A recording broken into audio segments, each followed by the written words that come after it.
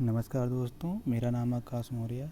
आज हम देखेंगे green house effect and global warming. Green house effect को हिंदी में हरितगृह प्रभाव कहते हैं और ग्लोबल वार्मिंग को भूमंडलीय तापन कहते हैं। देखते हैं क्या होता है ग्रीन हाउस इफ़ेक्ट।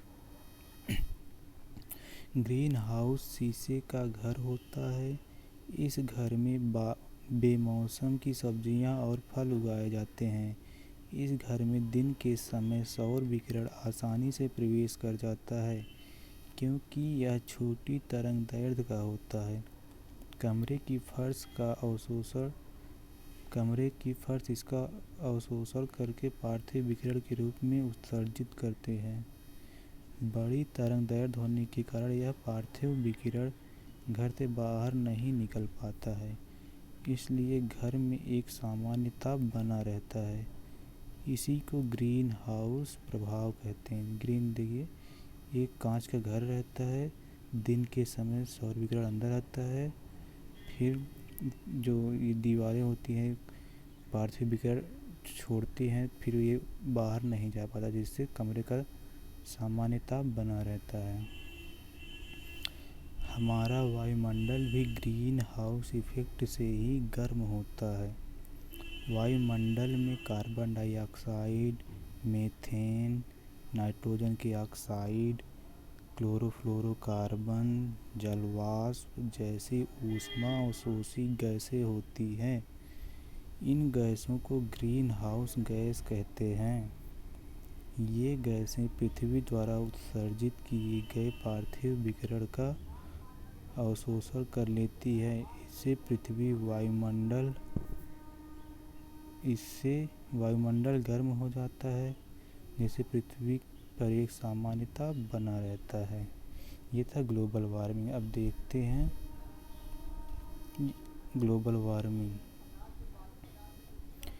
यदि वायु प्रदूषण के कारण वायुमंडल में ग्रीन हाउस गैसों की मात्रा बढ़ जाती है तो ये गैसें पृथ्वी के पार्थिव विकिरण का पूरी तरह से अवशोषण कर लेती हैं।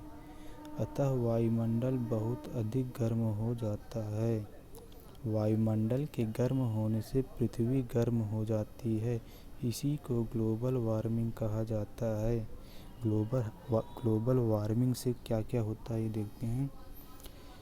पहला, ध्रुवों की बर्फ पिघल रही है, समुद्र का जल स्तर ऊंचा उठ रहा है, प्रशांत महासागर के किरिबाती सोलेमन जैसे द्वीप डूबने के कगार पर हैं। आईपीसीसी की एक रिपोर्ट के अनुसार शताब्दी के अंत तक ग्लोबल वार्मिंग 4.8 डिग्री सेल्सियस की वृद्धि हो सकती है। इससे समुद्र का जल स्तर 26 से 81 सेंटीमीटर ऊंचा उठ सकता है। दूसरा देखते हैं, ग्लेशियर पिघल रहे हैं, इससे नदियों में बाढ़ आ रही है। ग्लेशियर के पिघलने से गंगा जैसी नदियों का अस्तित्व खतरे में पड़ सकता है। ग्लेशियर जब पिघल रहे हैं तो नदियों में बाढ़ आ जाएगी, फिर एक समय रहेगा नदी में खूब पानी रहेगी, उसके बाद जब पानी ख़त्म हो जाएगा फिर उसके बाद नदी में पानी ही नहीं रहेगा, फिर नदियाँ सूख जाएंगी। आगे देखते हैं, जंगलों में आग लग रही है, इससे जैव विविधता नष्ट हो रही है। जब पृथ्वी गर्म हो जा रही है फिर जंगल में आग थोड़ा सा भी लगेगा तो पूरा जंगल ही जल जाएगा और जो वहाँ पर जैव विविधता पाई जाती है वो नष्ट हो जाएंगी। ग्लोबल वार्मिंग का सर्वाधिक दुष्प्रभाव जलवायु परिवर्तन के रूप में सामने आ रहा है। ये था जलवायु परिवर्तन। ये आज हम लोग ग्लोबल वार्मिंग के बारे में और हरितगृह प्रभाव यानी ग्रीन हाउस इफेक्ट और ग्लोबल वार्मिंग के बारे में देख चुके हैं।